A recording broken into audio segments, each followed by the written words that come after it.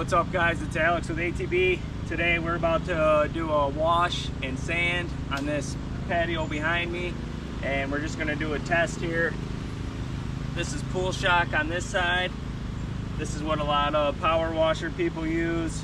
It can be damaging to the pavers, so I just want to see which one works better and see if any damage happens or is visible with that stuff. And this stuff you just spray on and rinse. This stuff over here, we got Techniseal Paver Restorer. So this is supposed to restore your pavers, make it look brand new.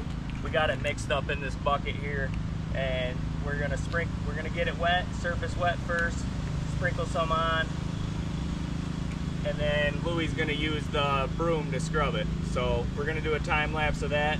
Enjoy the test.